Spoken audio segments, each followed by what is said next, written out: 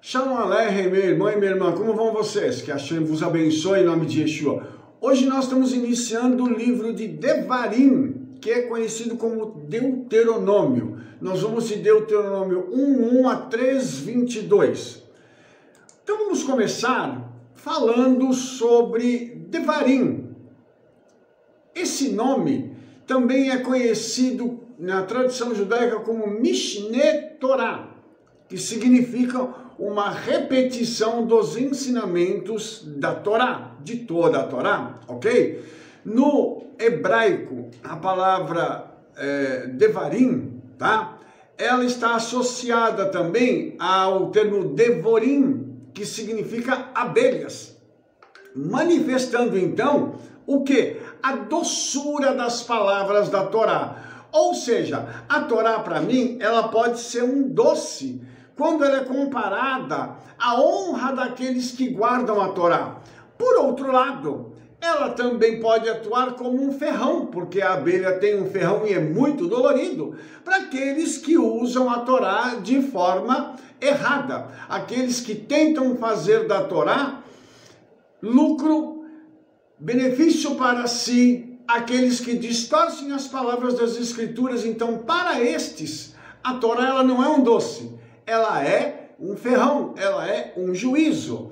E uma coisa interessante é que quando a gente vai falar sobre o livro de Bamidbar, né, que era o livro anterior, ele tem a gematria de 248, falando sobre as mitzvot positivas, né? E agora nós vamos ter, nesse livro de Deuteronômio, uma coisa muito interessante, porque nós vamos ter a compilação de tudo isso.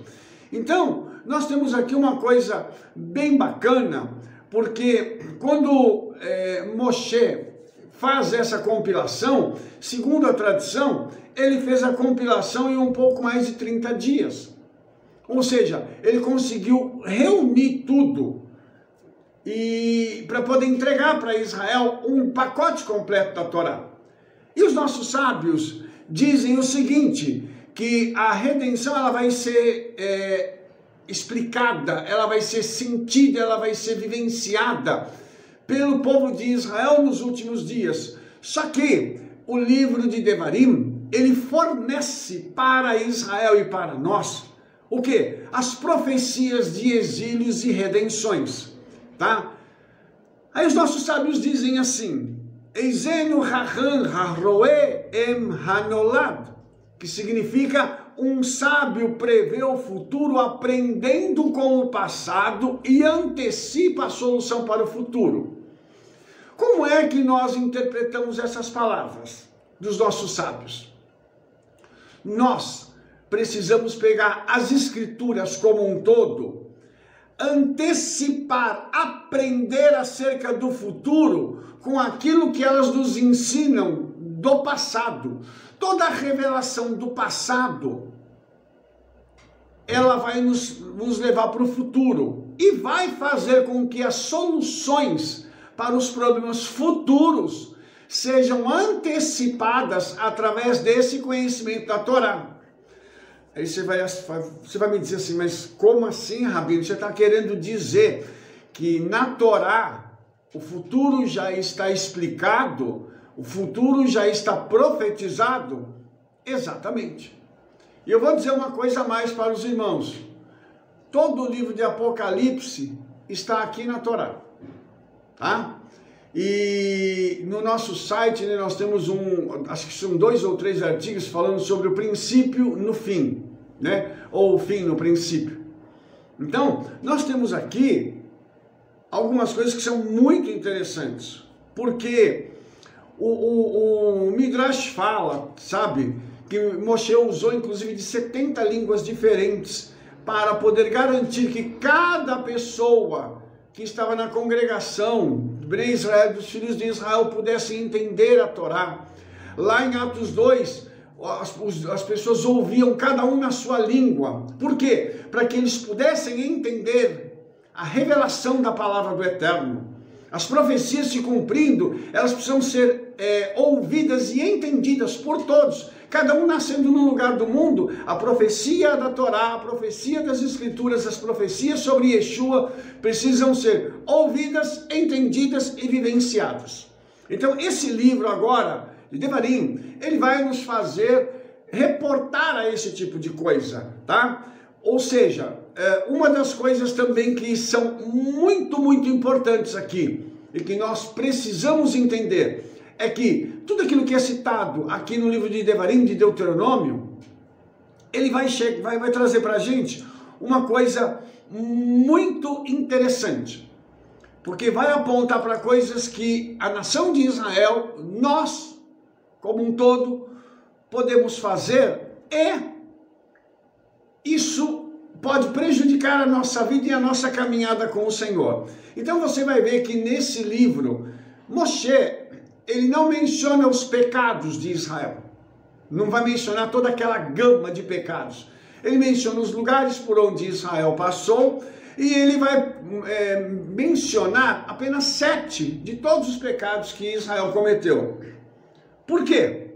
Porque esses 7 pecados são coisas mais intensas, são coisas que causam um estrago maior na vida das pessoas. Vamos começar então, para a gente poder entender isso aqui, falando sobre o primeiro pecado.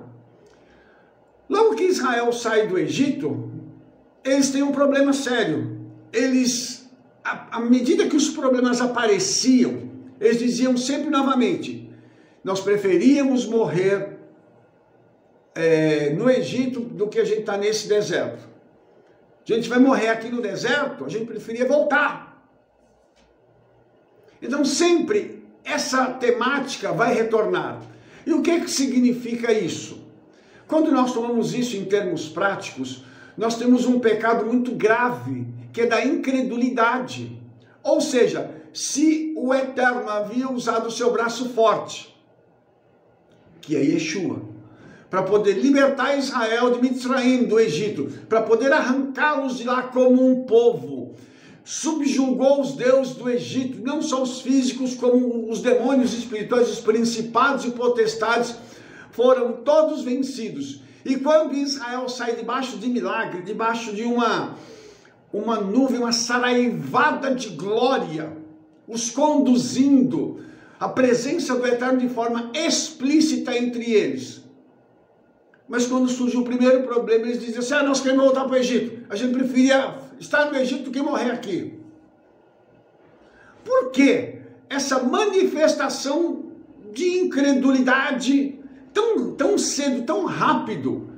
Por que as pessoas, ao surgir o primeiro problema, se manifestam assim? Mas isso era só naquela época. Não é não. Infelizmente hoje as pessoas fazem isso também. As pessoas hoje, elas se preocupam, elas reclamam, elas murmuram por qualquer tipo de problema. Se as coisas não dão certo como a pessoa acha que deveria acontecer, se a vida não flui naturalmente, a culpa é de quem? É do Eterno. A culpa é de quem? É do Todo-Poderoso. Não, Yeshua, você é culpado. Porque se eu não tivesse saído do mundo, se eu não tivesse... Aí não estava acontecendo nada disso comigo. Hoje eu estou na igreja e só tem problema. Isso é um espírito de incredulidade atuando no meio do nosso povo. Isso aconteceu em Israel, acontece nos nossos dias, em Israel e no mundo inteiro, e na igreja, nas nossas congregações, nas nossas sinagogas. Sempre aparece alguém para dizer que a sua vida hoje não é tão boa quanto era antigamente. E foi essa reclamação que os filhos de Israel fizeram quando saíram do Egito. Impressionante que a metodologia de Satanás não mudou. O homem é o mesmo, as suas reclamações são as mesmas e as punições também são as mesmas. Quando nós vemos pessoas agindo assim, nós entendemos então que o Senhor precisa punir, precisa bater. Porque chegar para um filho, você dá tudo de bom para o seu filho, e ele falar assim, eu não quero isso. Eu preferia lá naquela época, que as coisas eram diferentes. Porque teve um probleminha lá. Entendeu? Então tudo isso causou indignação nos céus, e essa indignação nos céus trouxe resultados negativos na terra. Segundo pecado. O problema que os filhos de Israel tiveram com o bezerro de ouro. Quando o líder Moshe foi para receber as 10 palavras, ele subiu para estar com o Eterno, ele começou a demorar. O povo começou a reclamar: cadê Moshe, cadê Moshe, cadê Moshe? Qual foi a atitude desse povo? Esse povo então começou a dizer para Aharon: faze-nos deuses. Ou seja, o líder não está aqui, eu quero voltar para o meu padrão antigo. O meu guia espiritual, aquele homem que me ensina, não está aqui. Vamos voltar para o padrão lá atrás. Faz para nós um Deus, faz para nós um bezerro de ouro, porque ele nos tirou do Egito. Preste atenção nisso. Porque procuram-se muletas espirituais para justificar as coisas. E as pessoas hoje querem pegar em coisas mundanas para se apoiar nestas coisas, para que estas coisas possam então serem proclamadas seu Deus. Isso acontece. Isso é emprego, é empresa, é carro, é status social. Ah, eu preciso de dinheiro, porque se eu tiver dinheiro eu vou ter segurança. São as muletas que as pessoas estão usando, são seus deuses. Quantas vezes nós somos enganados por Satanás nisso? E a Bíblia diz assim: não terás outros deuses diante de mim. Quem são esses outros deuses? São essas muletas espirituais. Ah, porque isso vai resolver o meu problema. Amados, o único que pode resolver os nossos problemas é o Senhor. Ele é o único que pode vir em nosso socorro para nos trazer qualquer segurança. E aí, Aharon precisou fazer aquilo. O povo pecou com aquilo, porque eles pararam de crer naquilo que o Eterno já tinha feito até aquele momento. Veja bem, amados, havia um clima de glória, um clima de milagre entre eles. E mesmo assim eles quiseram muletas espirituais, eles queriam outro Deus visível. Eu quero algo que eu possa enxergar. Eu não quero acreditar no invisível. Eu quero acreditar naquilo que eu posso pegar, que eu possa palpar. Crer no invisível é muito para minha cabeça. Apesar de eu estar num lugar onde acontecem milagres, apesar de eu estar num lugar onde há um ambiente de glória, eu chego no lugar, o ambiente de glória já está lá. Apesar de haver uma palavra excelente, uma unção sobrenatural, mesmo assim, eu ainda quero um amuleto espiritual. Eu quero um Deus para mim ver. E por isso morreram muitas pessoas dentro do acampamento de Israel. Porque eles saíram do Egito, mas o Egito ainda estava no seu coração. Você vai perceber que isso aqui é uma coisa que durante toda a caminhada do povo de Israel, isso vai vir novamente. Então preste atenção nessa frase. As pessoas saem do mundo, mas o mundo não sai do coração das pessoas. Elas ainda ficam arraigadas naquilo, elas ainda estão com aquele padrão na mente. Não, eu preciso disso, se não tiver isso... Então, mais uma vez, a morte veio para punir os incrédulos. Terceira coisa, terceiro pecado, o maná. O povo começou a reclamar que não tinha comida. E novamente eles reclamam se reportando ao Egito. Porque no Egito a gente tinha isso. Porque no Egito a gente tinha aquilo. Porque o Egito era bom. Nós não devíamos ter saído de lá. O Eterno disse assim: vou providenciar comida para vocês. Vocês vão comer um pão sobrenatural. Algo que vai descer dos céus para vocês. E uma outra coisa, amados, que é preciso ser dita aqui: todo o nosso suprimento, grifa isso, vem dos céus. Não, Rabino, mas eu trabalho. Ah, mas Rabino, eu tenho uma renda disso, eu tenho daquilo. Se o Senhor quiser, Ele faz assim, ó, e acaba com tudo. Acaba com o seu trabalho, com sua empresa, com o seu rendimento, com tudo. Sabe por quê, irmãos? Porque nós temos que confiar o nosso dia a dia no Senhor. Quando nós pegamos um alimento qualquer, nós pegamos um copo d'água e fazemos uma brahá. Essa brahá eleva aquilo que é material para o campo espiritual. Então a água já não é mais uma água qualquer. O pão já não é mais um pão qualquer. A sua refeição não é mais uma refeição qualquer. Entenda isso. Então quando nós agradecemos ao Eterno, nós estamos dizendo assim: Tu és o mantenedor da minha vida. Se eu estou comendo agora, eu estou comendo porque o Senhor enviou a comida, porque o Senhor enviou o dinheiro para que eu comprasse a comida, ela estivesse aqui na geladeira. Você entende isso? Por isso, gratidão. O povo aqui foi ingrato e o Eterno teve que mandar maná. E quando eles viram, eles falaram assim: Manhu, o que é isso? Uma comida do céu, sendo alimentado por algo que veio dos céus. E eles perguntavam: o que é isso? Mais um milagre diante dos seus olhos durante 40 anos. E eles perguntavam: o que é isso? Entenda isso, por favor. Nós não precisamos nos preocupar com isso. A nossa vida é muito mais do que comida e bebida. Ah, Rabino, mas eu preciso comer e beber. Você vai comer e beber. E vai comer e beber do melhor. Não vai se preocupar. Mas o foco não tem que ser esse. O foco tem que ser o nosso serviço ao Senhor. Nós temos que estar preocupados, como Yeshua diz: buscai em primeiro lugar o poder soberano de Elohim, e as demais coisas vos serão acrescentadas. Aqui o maná foi uma coisa tão extraordinária que ele tinha o gosto, o sabor do que eles desejavam. Eu falei sobre isso num vídeo anteriormente. Sabe por quê, irmãos? O Eterno quer nos dar o melhor. O Espírito Santo está pronto a nos dar o melhor, mas a gente tem que crer.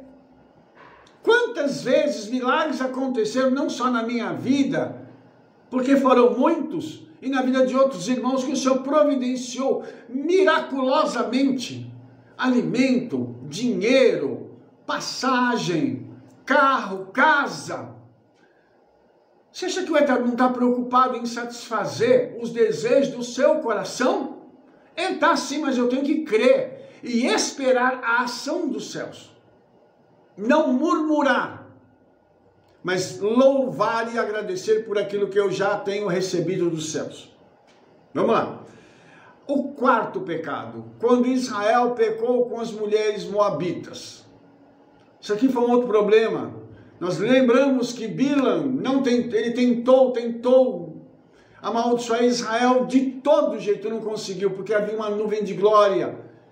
Israel estava debaixo de uma redoma de glória. E ele disse assim para Bala, que ó, eles não dá para atingir eles por cima, porque a presença dos céus aqui é muito grande.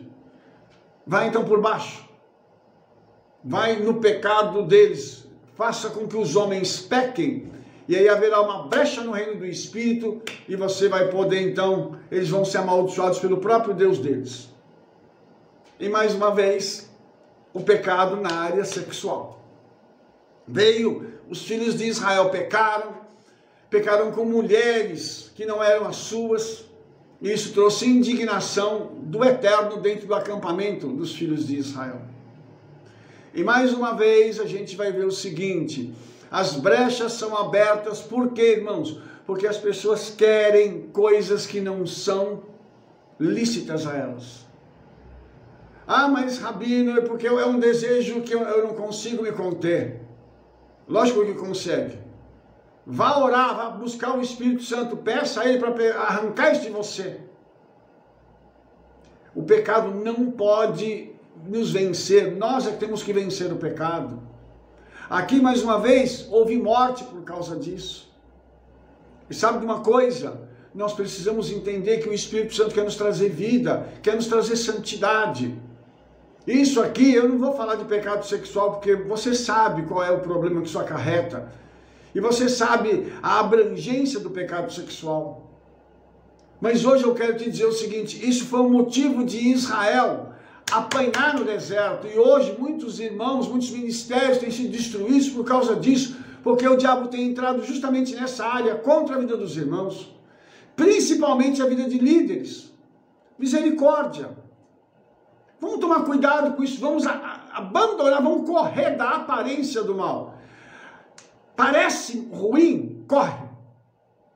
Parece perigoso? Corre. Por quê? Para não estar sujeito a esse tipo de coisa. Corre desse tipo de situação. O quinto pecado. Os israelitas pecaram com Coré. Qual foi o pecado de Coré? Querer o lugar que não era dele. Ele era um dos carregadores da arca, mas ele queria o lugar de Aharon, ele queria ser o Cohen Hagadol, o sumo sacerdote. O pecado da arrogância, né? Eu quero ser maior do que eu já sou, eu quero o ministério do outro, eu quero poder fazer o que o fulano faz. Primeiro, ele não foi chamado para tal. Segundo, ele não tinha a qualificação para tal.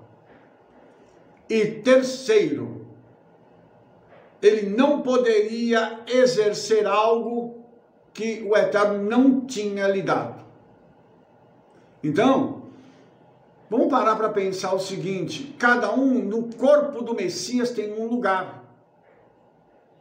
Ah, eu sou dedo, eu sou só o dedinho, Rabino. Que bom, porque o dedinho serve para ajudar a segurar. Ah, mas eu queria ser boca. Mas você sabe da responsabilidade que a boca tem, que é muito maior que a do dedinho? Porque quando o Senhor julgar todas as pessoas, a boca vai ser julgada de uma forma diferente. Eu estou usando a boca como uma analogia, lógico.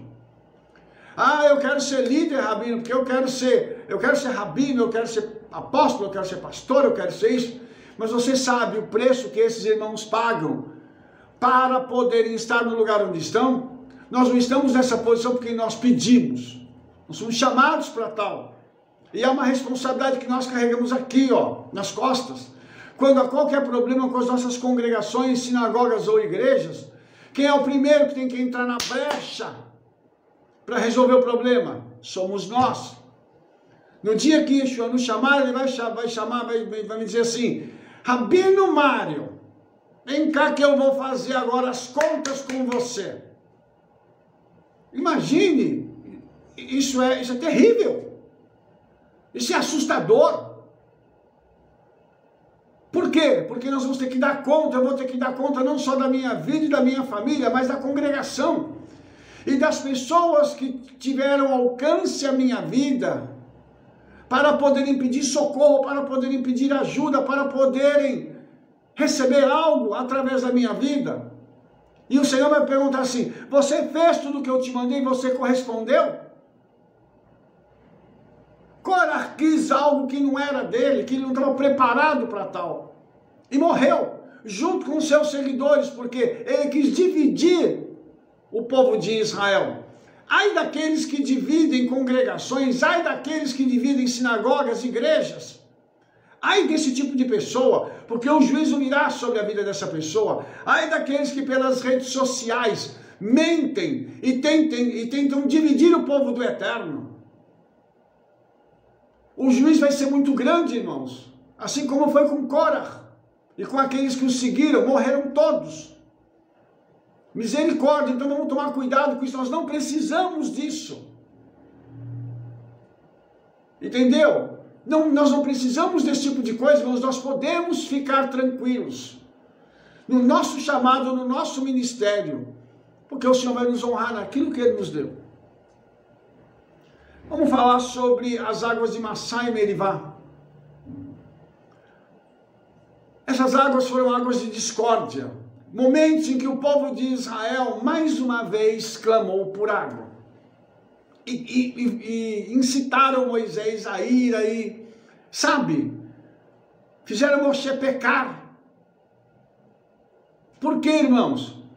justamente por conta da sua insatisfação. Eu quero água, eu quero água. Ao invés deles disserem assim, não, vamos orar aqui, Moshe. Vamos juntos como congregação. Vamos orar. Não, é só reclamando, reclama do líder. Fala mal do líder. Exige do líder as coisas. Mas sem dar o devido retorno ao líder. Uma palavra de apoio, não tem.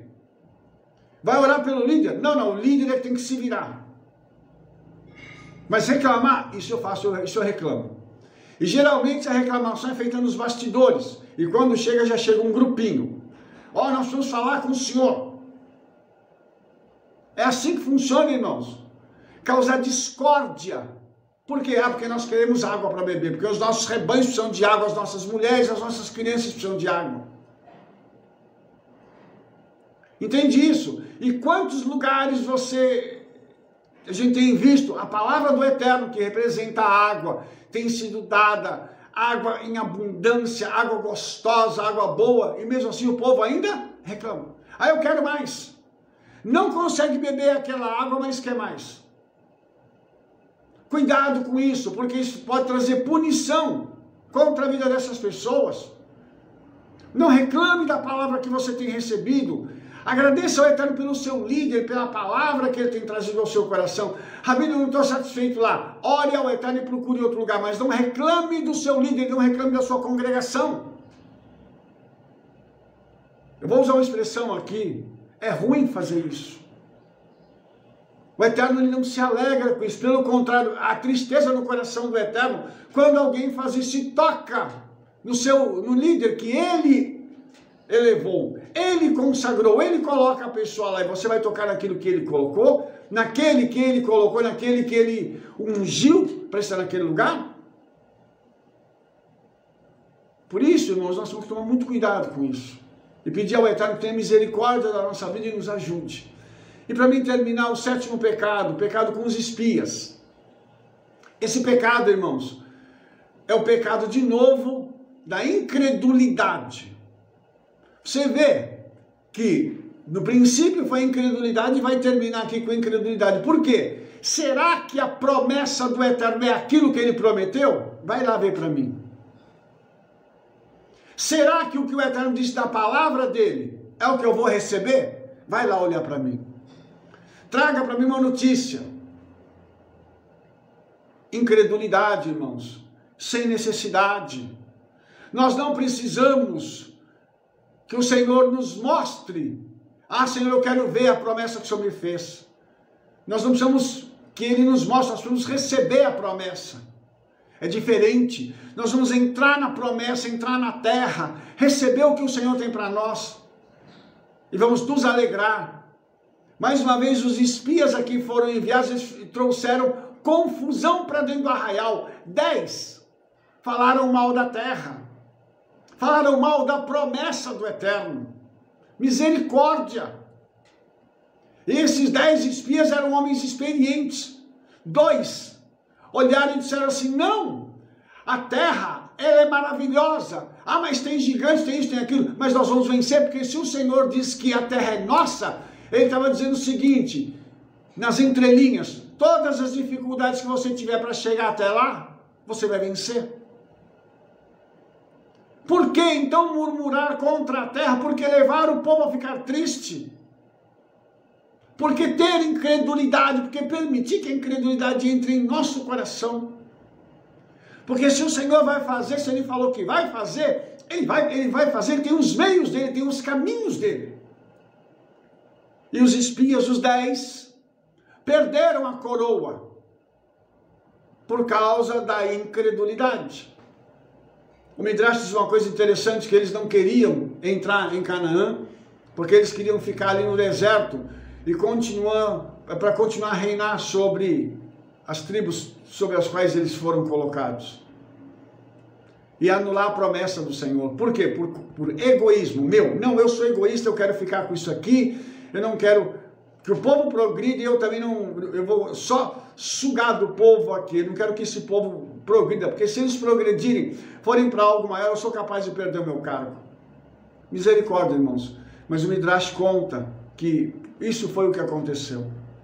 Então hoje, esses 7 pecados fizeram com que houvesse um grande estrago no acampamento de Israel. Hoje, esses mesmos pecados nos assolam, causam estragos nas nossas congregações, sinagogas, igrejas, nas nossas vidas pessoais, nas nossas vidas ministeriais, nas nossas vidas profissionais. Vamos tomar cuidado com isso, vamos abrir mão desse tipo de situação. Vamos dizer assim, eu não quero isso, eu quero crer, eu quero entrar na promessa, eu quero ver o céu destilando a sua glória sobre mim. E mais do que isso, eu quero me amoldar a essa palavra, porque esse livro de Deuteronômio vai mostrar justamente isso para nós. A Torá está sendo reensinada para a geração do deserto, para que aquela geração entre em Canaã. Que a palavra esteja sendo ensinada para você hoje, para você tomar posse da sua promessa definitiva e plenamente, em nome de Yeshua. Não é para morrer no deserto, é para tomar posse da promessa.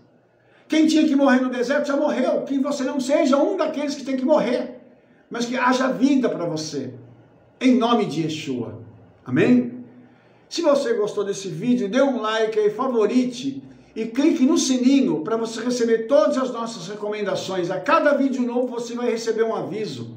E espalhe esse vídeo para todo mundo, fale para todo mundo o trabalho que nós estamos fazendo. Sabe por quê? Porque nós nos veremos no nosso próximo vídeo. Querendo assim, Yeshua, estaremos juntos mais uma vez. Shalom, shalom, Shavuot Tov.